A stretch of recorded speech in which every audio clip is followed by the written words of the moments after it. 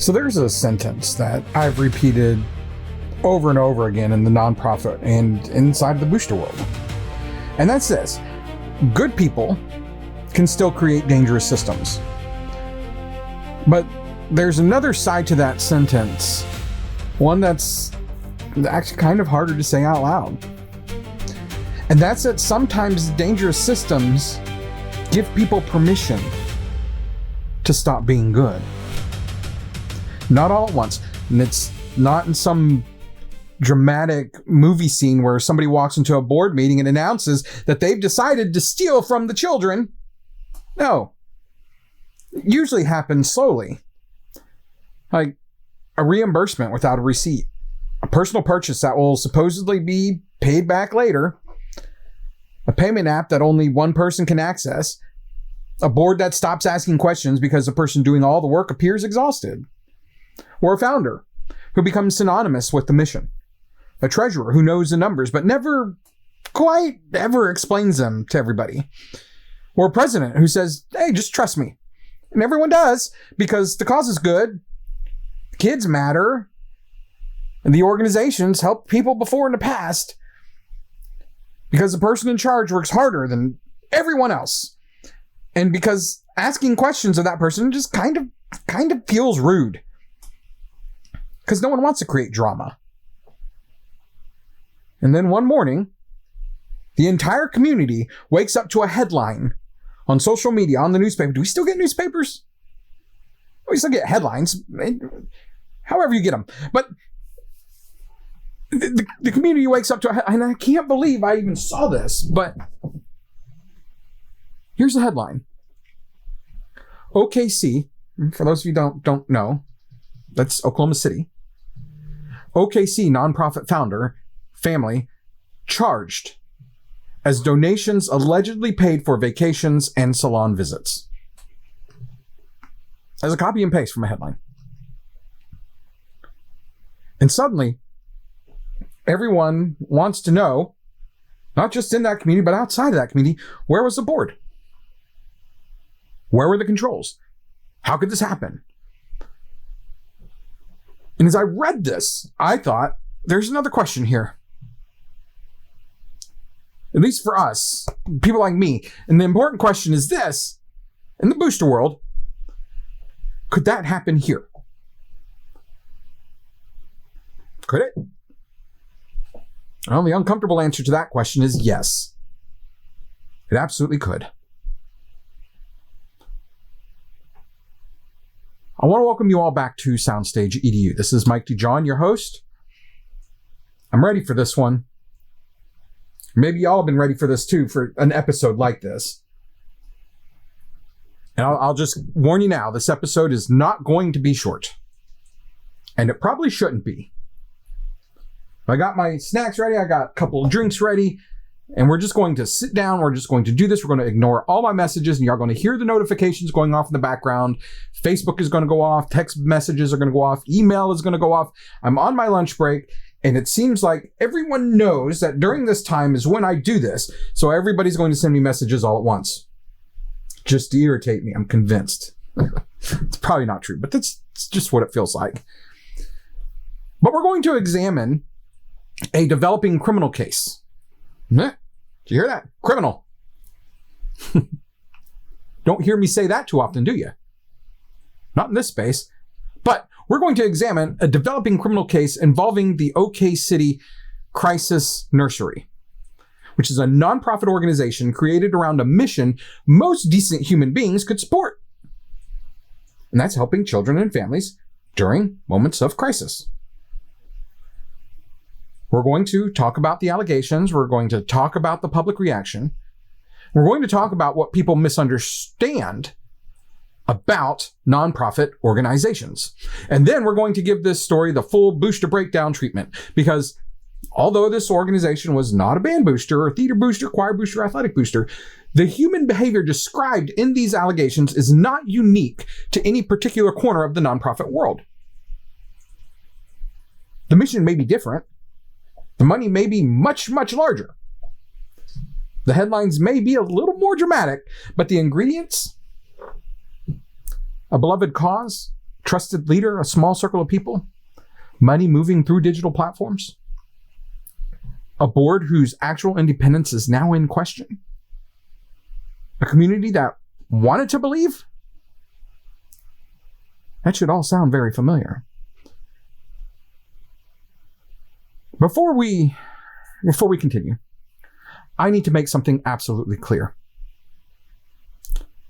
This episode discusses criminal charges and public allegations. Charges are not convictions. Every defendant in this case is presumed innocent unless and until proven guilty in a court of law. I'm not conducting my own criminal investigation, and I'm not making independent claims about anyone's guilt here. What I am examining are the allegations contained in public charging documents. This is information released by the Oklahoma Attorney General's office and the governance lessons that nonprofit leaders should take from them. The Attorney General's announcement itself expressly notes that the defendants are presumed innocent. That's from oklahoma.gov. That distinction matters. Governance people should be especially disciplined about evidence. We cannot preach documentation and then abandon it when a headline makes us angry. So, what's being alleged here? On July 28th, 2026, just like yesterday, the Oklahoma Attorney General's office announced that 9 people have been charged in connection with an alleged embezzlement scheme involving the OK City Crisis Nursery. According to the Attorney General's statement, founder and executive director Jennifer Roberts allegedly embezzled more than $50,000 in charitable donations for personal use.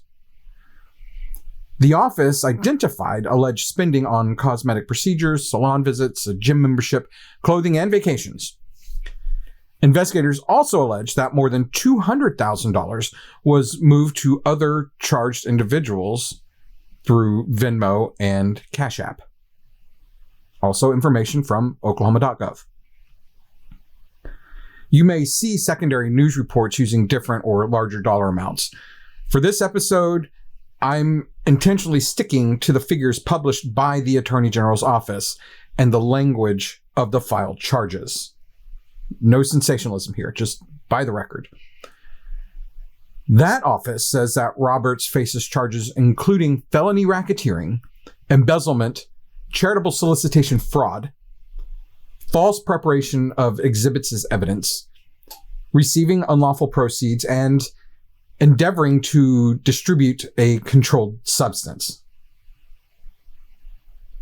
The other defendants face varying charges connected to the alleged conduct. Again, allegations, not convictions. But there are several details inside of those allegations that should make every nonprofit board member sit up in their chair. According to the state, Roberts was the organization's sole authorized signer on its bank account and its Cash App, PayPal, Venmo accounts. Investigators also allege that the organization continued soliciting tax-deductible donations after its federal tax-exempt status was revoked in 2024.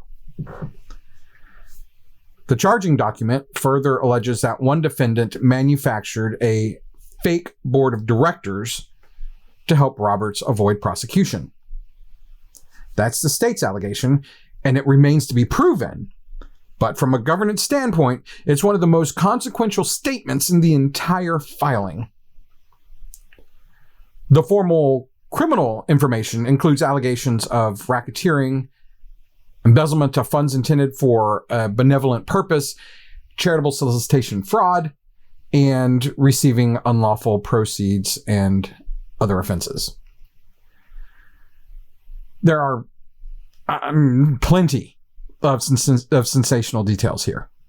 The vacations, the salons, the clothing, the gym, the alleged drug transactions. Those are the pieces that make headlines. But I want to direct your attention somewhere less dramatic and perhaps more important for us. One person allegedly had exclusive authorized control over the organization's primary financial channels. This is not a juicy detail. It's a structural detail. And structural details are where nonprofit failures usually begin. Now, this is the part of the story where this is where it becomes more complicated than the internet wants it to be. Pardon me for my frequent drinking breaks. I just finished mowing my lawn. It's like 152 billion degrees outside. And it's just I'm a little dehydrated. but this is important. So we're going to continue with this. But when allegations like these emerge, people tend to rush toward one of two simple conclusions. The first conclusion is she was evil. Everything was fake. Nobody was ever helped. Right? And the second is, well, she helped people. Therefore, the allegations must be false or unfair. Neither conclusion here is logically sound. Now, I pulled a lot of comments from social media, and we're going to use those throughout this because I feel like that helps us paint a better picture. Because we're going to get the information from the Attorney General, we're going to get the information from a news article release, we're going to take the temperature of social media and get reactions from the community folded in here, including some of my own. But one commenter in a social media thread wrote about receiving urgent assistance from the founder. Right? The commenter describes someone who answered the phone, gave up family time, and directly helped her and her child. And because of that, she believed that the allegations were an attempt to unfairly destroy someone who had been there for her. That testimony matters. Not because it proves or disproves the criminal case. It does neither. It matters because it demonstrates why governance failures are so emotionally difficult for communities to process.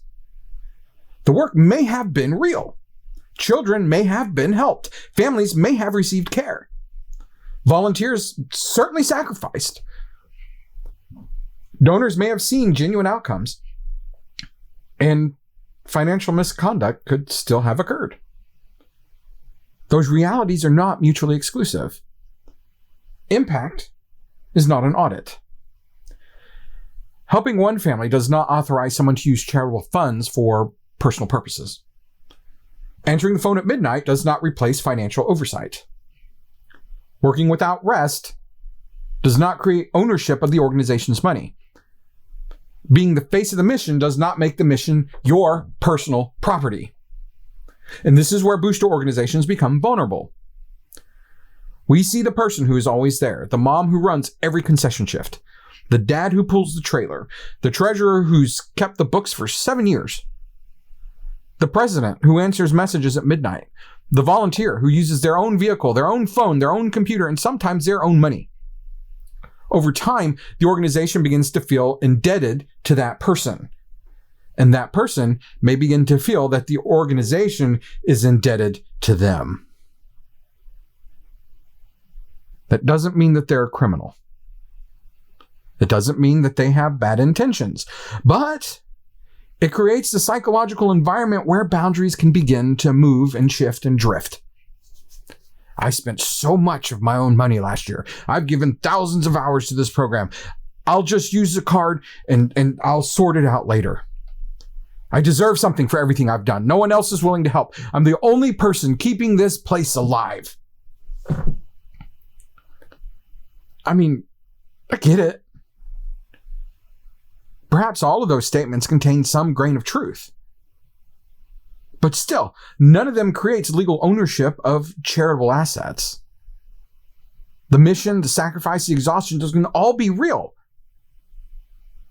And the boundaries still have to remain real also. I mean, the article tells one story. The comment thread tells another one entirely.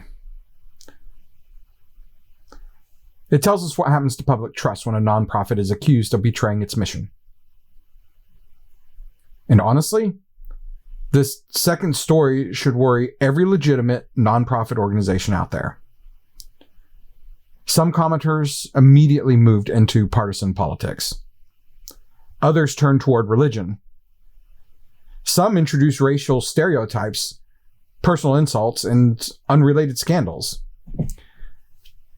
We are not going down any of those roads. Okay, so you can exhale that tension right now. We are not going down those roads. They don't help us understand governance. They help people sort themselves into tribes so they can avoid examining the system. And once people decide that fraud belongs to one political party, one religion, one race, one state, or one kind of person, they stop looking for the conditions that actually allow it to occur. Corruption does not check your voter registration. Embezzlement does not require particular theology. Weak governance is remarkably inclusive. It will exploit any organization willing to confuse trust with control. Within the thread, I saw several distinct reactions. The first reaction was confusion about what nonprofit means. One person wrote, "Nonprofit does not mean no money." That part's correct. A nonprofit may earn revenue. It may employ people. It may pay salaries. It may contract for professional services. It may own property. It may build reserves. It may spend money on legitimate organizational operations. Nonprofit does not mean that everyone must work for free. The IRS describes reasonable compensation as what would ordinarily be paid for similar services by similar organizations under similar circumstances. Compensation is not automatically improper merely because it's paid by a charity. And my friends, you booster organizations that hire professionals to help you. You can pay them. You don't need to lowball them. You don't need to discuss cheaper ways to do this. This is from the IRS documentation itself. Compensation is not automatically improper merely because it's paid by a charity. Similar services by similar organizations under similar circumstances merit reasonable compensation. But here, there is a major difference between compensation and personal spending. A legitimate salary or a legitimate contracted amount is authorized. It's documented. It's reported appropriately. It's evaluated for reasonableness. It's recorded as compensation. The organization uses the appropriate tax documents. The board considers conflicts of interest. The person receiving the money is not secretly deciding what they're worth and then transferring funds whenever they feel like it. Another commenter articulated the distinction pretty well. And they said, the distinction here isn't that nonprofits can't pay people. The commenter continued by distinguishing reasonable compensation from the alleged use of charitable funds for personal travel, shopping, vehicles, and services. That is an essential distinction here. You cannot turn personal spending into compensation after the fact simply by saying, well, she should have been paid. Maybe someone should be paid. If that's the case, pay them properly. Approve it properly. Document it properly. Report it properly. Withhold taxes when required. Address the conflict. Record it in the minutes. You do not swipe the charity's card for personal expenses and later declare that the purchases represented informal compensation. And board approval is not a magic wand either. A board cannot automatically make an unreasonable private benefit acceptable merely by voting yes. The process must be independent, informed, properly documented, and connected to fair value for actual services. The second reaction was a complete loss of trust. The thread repeatedly included versions of, and I quote, "This is why I don't donate." One donor said the allegations made her wonder whether supplies and toys that she had donated ever reached families. Others said they would now give only to individuals because they no longer trusted organizations. This is the collateral damage. When charitable funds are allegedly misused, the harm does not stop at the amount taken. The damage spreads. It reaches the donor who becomes suspicious of every future fundraiser. It reaches a family that will not receive help because somebody stopped giving. It reaches the next legitimate nonprofit with a similar name. It reaches the volunteer who has to defend an organization that did nothing wrong. It reaches a treasurer who now has to prove that every honest reimbursement was, in fact, honest. It reaches a small community booster selling cookie dough or asking for sponsorships. One commenter recognized this clearly, writing that cases like this damage other nonprofits trying to raise funds and help people because every exposure creates doubt in the minds of donors. Another wrote that the situation made things harder for legitimate organizations still operating according to their mission. That's why transparency is not busy work. That's why receipts matter. It's why financial reports matter. That's why minutes matter. That's why your Form 990 matters. This is why a conflict of interest policy matters. That's why the person asking questions is not necessarily your enemy. Your controls don't exist only to catch a dishonest person. They exist to protect honest people from suspicion. The other reaction that I was seeing was indiscriminate cynicism. Some commenters declared that all nonprofits do this. Some said nonprofits should not exist. And some treated the case as proof that every charitable organization is a scam. That conclusion may feel emotionally satisfying, but it's honestly intellectually lazy. Fraud occurs in businesses. It occurs in government. It occurs in families. It occurs in schools, churches, political organizations. And it occurs in nonprofits. The legal structure does not create human integrity. But neither does one person's alleged misconduct prove that everyone operating under that structure is indeed corrupt. The answer to weak nonprofit governance is not to abandon every nonprofit. The answer is to demand stronger governance. Don't stop caring. Start asking better questions. The other reaction I was seeing in the thread was governance literacy. Buried beneath the anger, the jokes, and the tribal warfare were a few people asking the questions that actually matter. Is the organization's federal status current? Has it filed its required returns? Who serves on the board? Are board members independent? Can donors see financial information? How does the organization respond when someone asks? One commenter pointed to the organization's apparent failure to file required annual returns and the resulting IRS revocation. Another encouraged donors to identify the board, review financial information, and pay attention to whether the board is made up of independent community members rather than relatives or close personal allies. And those aren't glamorous questions. They're not going to generate hundreds of laughing emojis or thumbs up, but those are the questions that protect the mission. It would be easy to say this organization probably had rock solid governance, but the people drifted away from it.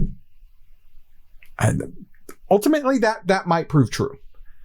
But based on the public information available today, we cannot confidently say that the organization had rock solid governance.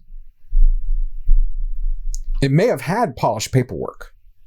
It may have had bylaws. It may have even had policies. It may have had names listed somewhere as directors, but governance it's not the existence of a document. It's what the people actually do. If one person truly had exclusive authorized access to the bank account, Cash App, PayPal, and Venmo accounts, That's not rock solid financial governance in operation. It's not. If tax-exempt status was revoked after required returns were not filed for 3 consecutive years, that's not rock-solid compliance in operation. The IRS automatically revokes most organizations that fail to file a required annual return or notice for 3 consecutive years. And a revoked organization is no longer eligible to receive tax-deductible contributions unless its status is reinstated. And the allegation concerning a manufactured board, if that's proven, then the board wasn't merely ineffective. Its legitimacy would become part of the alleged conduct. So I would phrase it this way. The organization may have had governance materials. It may have even begun with functional governance, but the allegations describe governance that was absent, bypassed, captured, or rendered meaningless. That's drift. Not simply forgetting to update a policy, not missing a meeting. Governance drift occurs when the legal structure remains visible, but stops restraining human behavior. There may still be bylaws in a folder. There may still be a board listed on a website. There may still even be meetings. There still may be votes. But power has migrated. Information is narrowed. Access has concentrated. And questions have become unwelcome.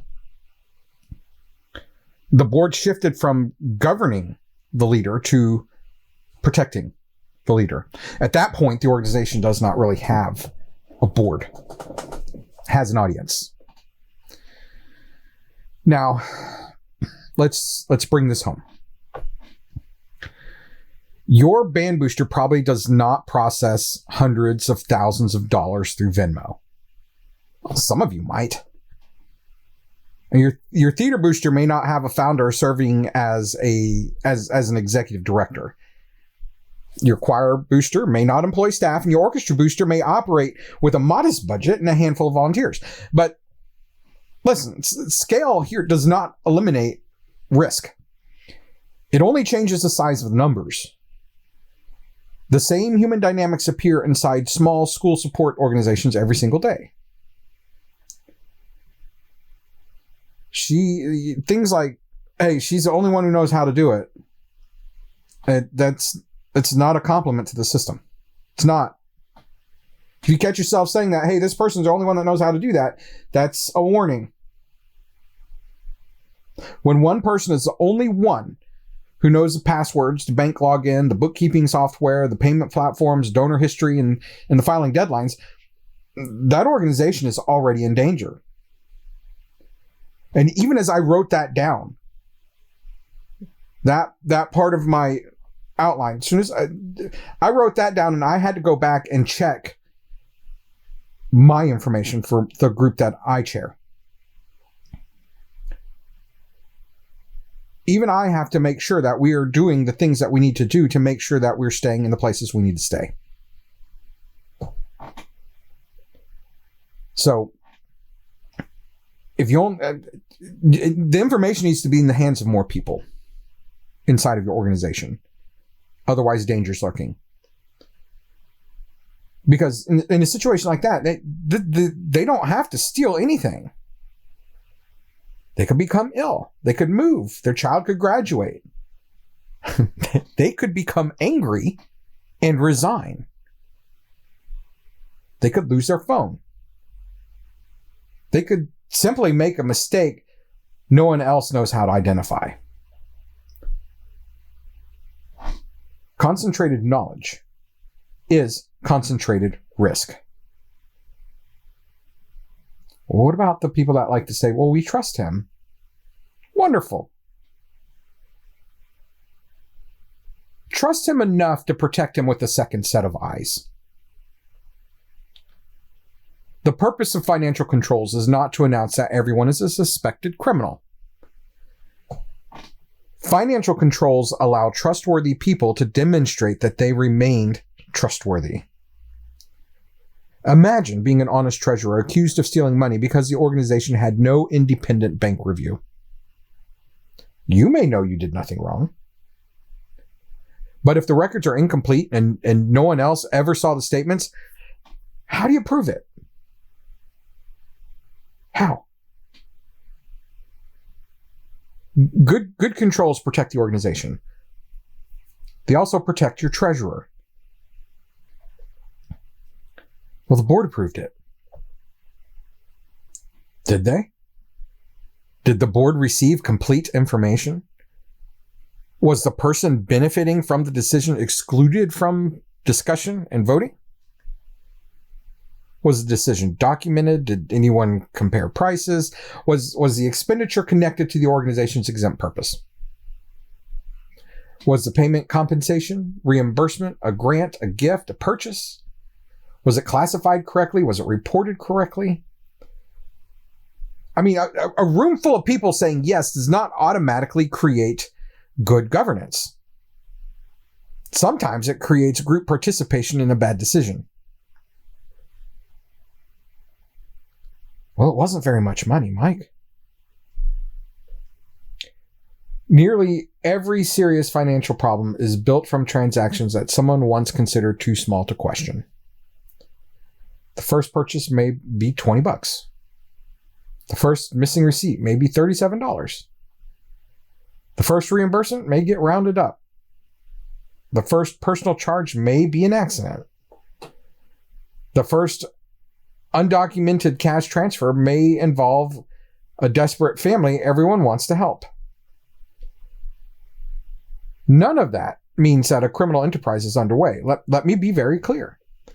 A missing receipt is not automatically embezzlement. A bookkeeping error is not automatically fraud. A volunteer making a procedural mistake is not automatically corruption.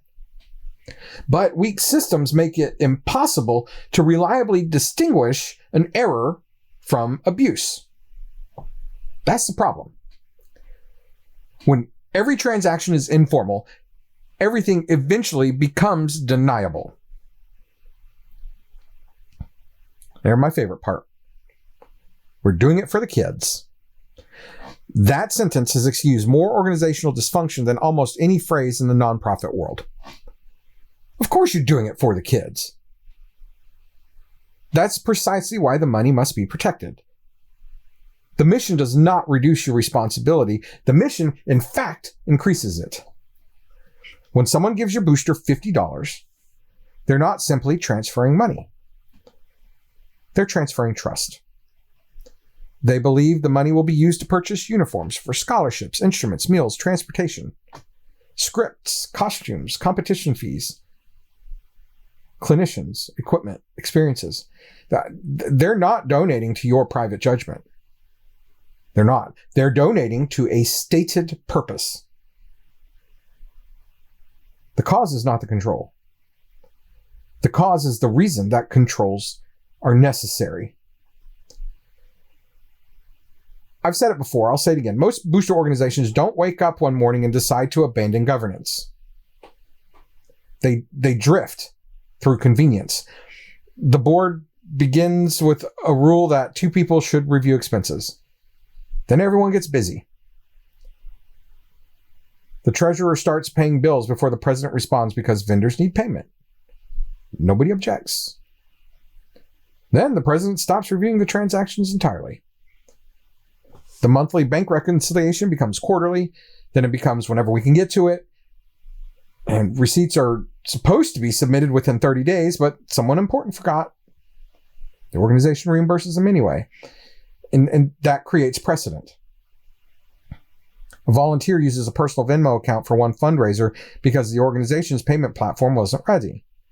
The event goes well. Nobody wants to disrupt something that worked.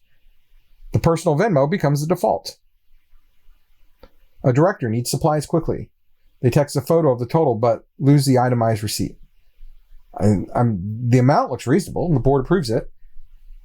And soon photos of totals are enough. The screenshots of bank charges are enough. Eventually someone says, why do we need all this paperwork? We know it was for. The founder appoints a close friend to the board, then a spouse, then another friend.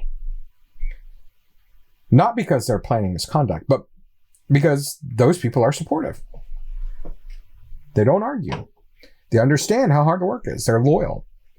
Over time, that loyalty becomes more important than independence.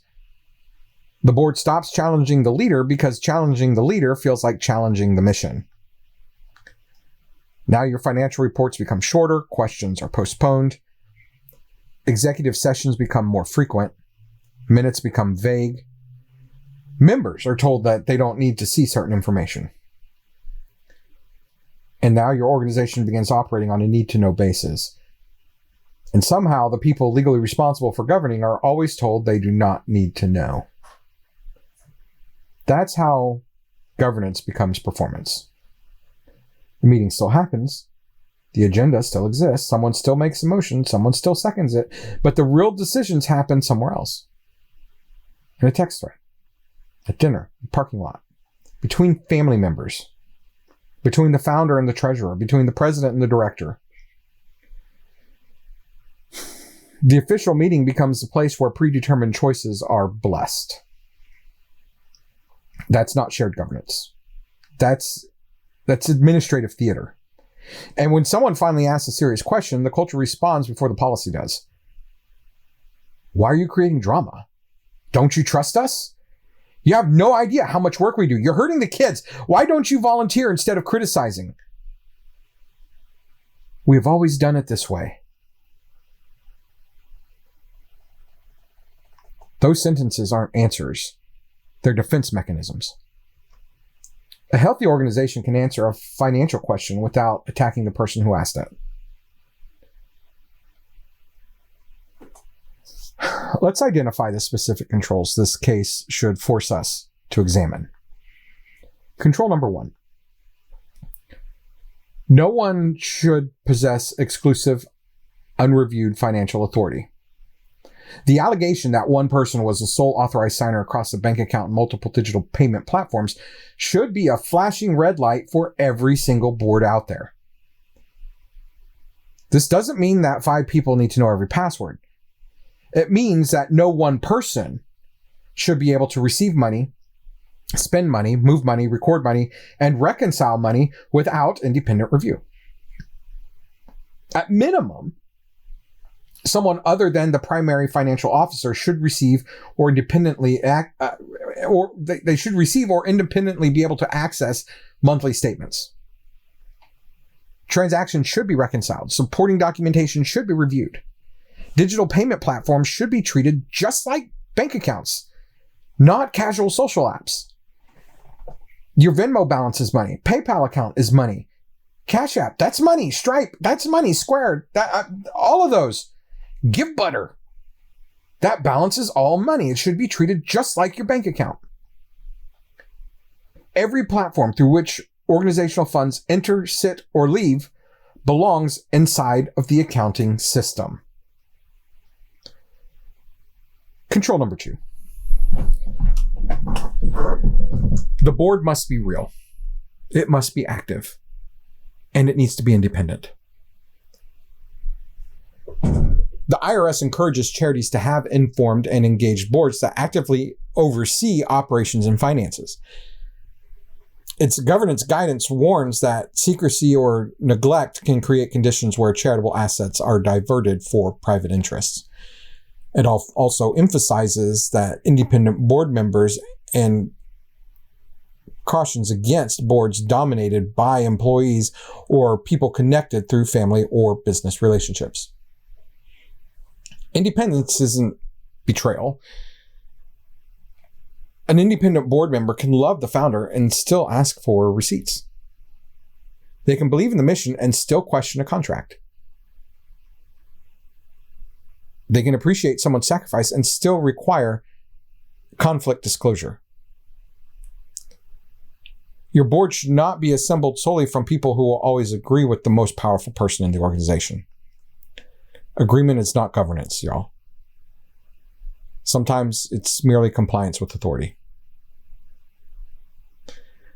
Control number 3.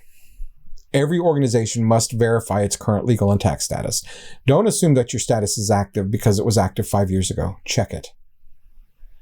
Know who files a Form 990, 990EZ, or 990N. Know the deadline. Know what email address receives IRS notices. Know which physical address is on file. Know who will take responsibility when the current treasurer leaves. Put the filing deadline on the organizational calendar. Require confirmation that the filing was accepted. Report that confirmation to the board. A booster should never should never discover that its tax-exempt status was revoked because a donor searched the IRS database. You don't want that to happen. Control number 4. Compensation must be separated from reimbursement and personal benefit. Someone working hard does not mean they are prohibited from being paid. But payment must be intentional. The organization should decide what service is being provided. Is the individual employee or an independent contractor? Who approved the arrangement? Is the amount reasonable? Is there a written agreement? Does the person receiving the money have a conflict of interest? Was that conflict disclosed? Did they leave the room during deliberation? Will there be a Form 1090 or 1099 or a W-2 be required? Is the transaction reflected accurately in the books? You don't compensate someone quietly, or you don't compensate someone by quietly covering personal expenses. You don't reward a president with a family vacation. You don't allow a treasurer to round up reimbursements because they do so much. You don't give a volunteer unrestricted access to organizational funds because everyone agrees that they deserve something. Pay people when appropriate. Just do it cleanly. Control number 5. I'm checking my time here. But control number 5, related party transactions require scrutiny, not secrecy. Family involvement is common in small organizations. A spouse may have useful skills. A board member's company may offer the best price. A parent may be the only qualified local provider.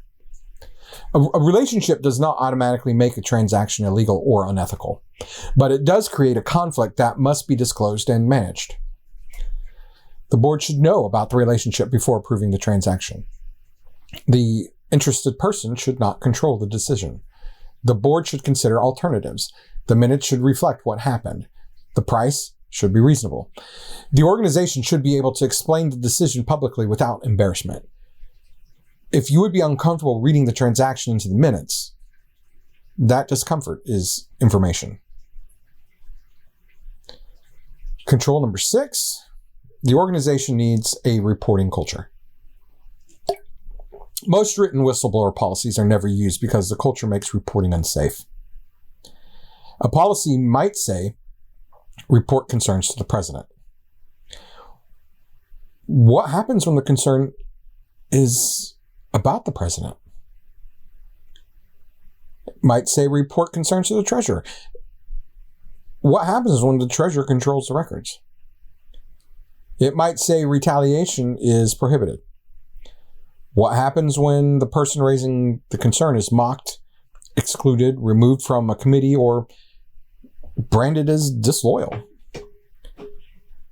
A reporting system is only real when people believe that they can use it without being socially destroyed. Control number 7. Leadership succession must include financial offboarding. When an officer leaves, access should be removed immediately. Passwords should change. Bank signers should be updated. Organization-owned devices should be returned. Records should be transferred. Payment platforms should be audited. Recurring charges should be reviewed. Mailing addresses and official contacts should be updated. Outstanding reimbursements should be resolved. The board should document that transition. Don't leave former officers connected to financial platforms because changing access is inconvenient. Convenience is how ghosts remain inside of your system. This coming up here is probably one of the most important lessons in this entire episode. Policies do not protect organizations by themselves. A reimbursement policy sitting in Google Drive does not review a receipt. Conflict of interest policy does not force someone to disclose a conflict. A whistleblower policy does not make it emotionally safe to speak. A two-signature policy does not help if everyone signs blank checks in advance. A monthly financial report does not provide oversight if no one understands it. A board does not govern merely because names appear on a state filing. Policy without practice is decoration. And governance without culture is a folder. Strong governance requires three things working together. That's structure, behavior, and culture. The culture creates the rule.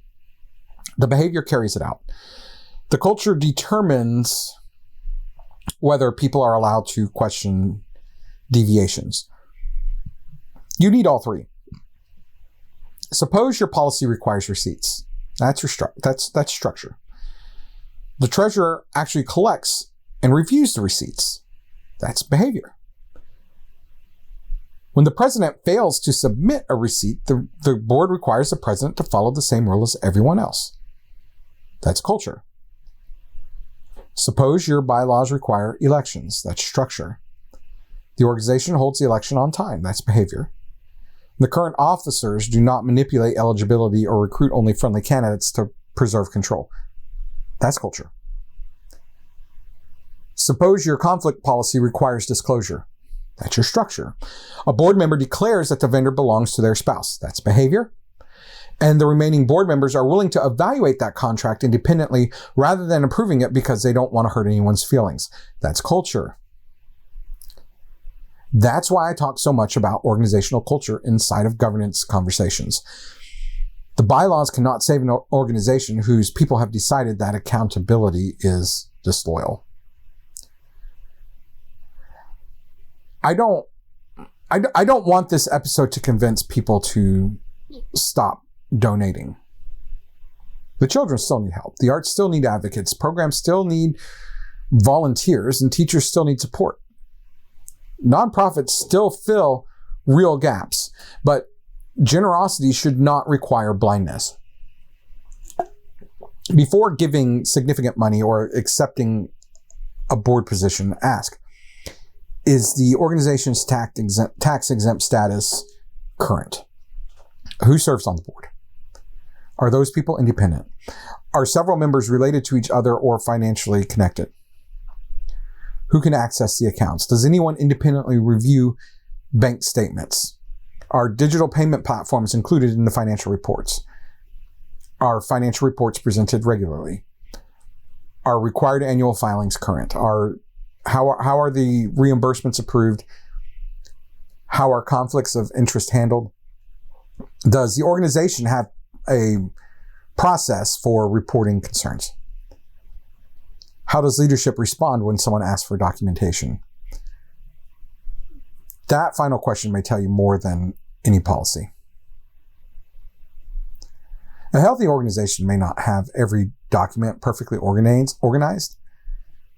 I mean, small organizations, lot like ours, they're still learning. They make mistakes. They may need help, but they should not become hostile merely because you asked a reasonable question. Transparency doesn't mean publishing every private detail about every family served. Confidentiality matters. Student privacy matters. Personal information matters. But confidential cannot become a universal label pasted over every record that leadership doesn't want reviewed. The board has a right and a duty to know enough to govern. Members have whatever inspection rights are provided by applicable law and governing documents. Donors can ask how funds are managed, and volunteers may decide not to participate when an organization refuses basic transparency. This big long thing, oh my gosh, we're going past 50 minutes. I'm sorry, guys. You know what? I'm not apologizing for that. This is important. You can come back and finish this later if you need to. But this story shouldn't teach us that every nonprofit leader is corrupt. They're not. It should not teach us that paid nonprofit employees are doing something wrong. It shouldn't teach us that direct giving is always safer. It shouldn't teach us that every founder is dangerous, and it shouldn't be teaching us that volunteers should be treated like suspects. It shouldn't teach us that paperwork matters more than people, and it should not teach us that good intentions and good controls are not competitors. They're partners. It should teach us that people doing emotionally important work may still need boundaries. It should teach us that no person should become bigger than the organization's mission. It needs to teach us that an organization's reputation cannot rest entirely on the perceived goodness of one individual. It should teach us that the board's job is not to admire leadership. The board's job is to govern. It should teach us that the people asking uncomfortable questions may be the people trying hardest to protect the organization. And it should teach us that waiting until a news crew arrives, that's not an effective financial control. It's not. There's a temptation when stories like this break to stare at the people in the headline. You want to examine their faces. You want to examine their families, their politics, their religion, their clothes, their lifestyle, their social media, and then to reassure ourselves that they are different from us. Different people, different organization, different cause, different community. And listen, that reassurance is dangerous. Because governance failure does not begin with the dramatic allegation at the end. It begins with the ordinary exception at the beginning. It begins when no one wants to be difficult. When loyalty replaces independence. When exhaustion becomes authority. When access becomes ownership. When gratitude becomes silence. When the founder becomes the mission. When the treasurer becomes the only person who understands the money. When your board stops governing and starts protecting. And when the people who ask questions are pushed out. When everyone says, but look at all the good that we're doing. Yes, look at the good. Protect it. That's the point. The good work deserves a functioning board. The children deserve accurate records. The donors deserve honest reporting. The volunteers deserve protection from false accusations. The leaders deserve systems that keep desperation, exhaustion, entitlement from turning into something worse. The mission deserves more than trust. It deserves accountability. Because the cause is not the control. The cause is why the control matters. And if you're serving on a booster board right now, don't wait for a scandal. Don't wait for missing money. Don't wait for an officer to resign. Don't wait for the IRS letter. Don't wait for the social media thread. Don't wait for the news camera. Don't wait for the police to show up at your door. Open the accounts, review the access, check the filings, read the bylaws, examine the conflicts. Ask the questions and document the answers. And build a culture where accountability is not viewed as an accusation. It's viewed as an act of care. Because sometimes The most loving thing you can do for a good person doing important work is to make sure that they never have unchecked control. And sometimes the most responsible thing you can do for a mission that you believe in is refuse to let that mission become someone's shield. This has been Soundstage EDU. Let's raise the bar together.